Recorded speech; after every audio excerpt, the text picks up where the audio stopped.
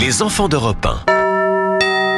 Et ce matin, Dimitri Pavlenko avec les enfants d'Europe 1, retour sur un débarquement qui vire au fiasco. Oui, non, plutôt non, attendez, je me suis trompé. Ah oui, c'est ça, ça n'a rien à voir. Retour sur une corruption dans le football, c'est ça? C'est de ça dont on va parler. 93, enquête judiciaire ouverte contre la direction de l'Olympique de Marseille. Un joueur de l'équipe de Valenciennes, lors d'Autriche, révèle que la direction de l'OM a tenté de le corrompre. Oui, en 1993, l'Olympique de Marseille vient d'être sacré champion d'Europe lorsqu'un joueur de Valenciennes, Jacques Glassman, révèle qu'on lui a demandé de lever le pied lors du match Valenciennes-OM quelques jours avant la finale de la Ligue des Champions.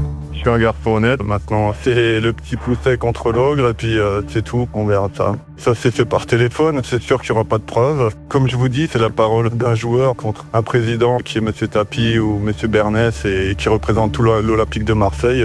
Il raconte qu'on lui a proposé de l'argent, 200 000 francs, s'il faisait en sorte de perdre le match. Jacques Glassman dit qu'il a refusé, mais il affirme que 2 de ses coéquipiers ont accepté. Et le grand déballage continue. Le joueur de Valenciennes, Christophe Robert, interrogé en garde à vue, finit par reconnaître qu'il s'est laissé corrompre et qu'il a caché l'argent dans le jardin de ses parents. Mais son avocat dit que ce n'est pas lui le responsable. Le milieu du football professionnel est tel à l'heure actuelle qu'il est difficile pour certains individus de résister à certaines pressions.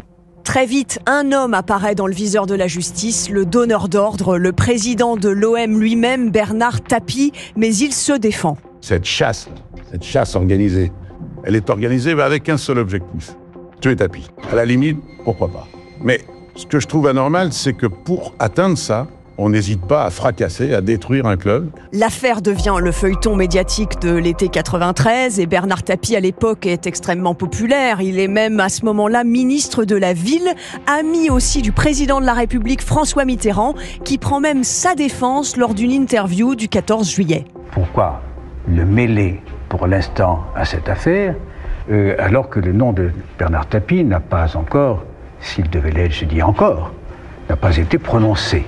En tout cas, dans les instruments de justice. Et les condamnations tomberont 2 ans plus tard. Bernard Tapie sera condamné à 2 ans et 8 mois ferme. Il passera 165 jours en prison. Merci Laure d'Autriche. Il est l'heure de jouer avec Europe.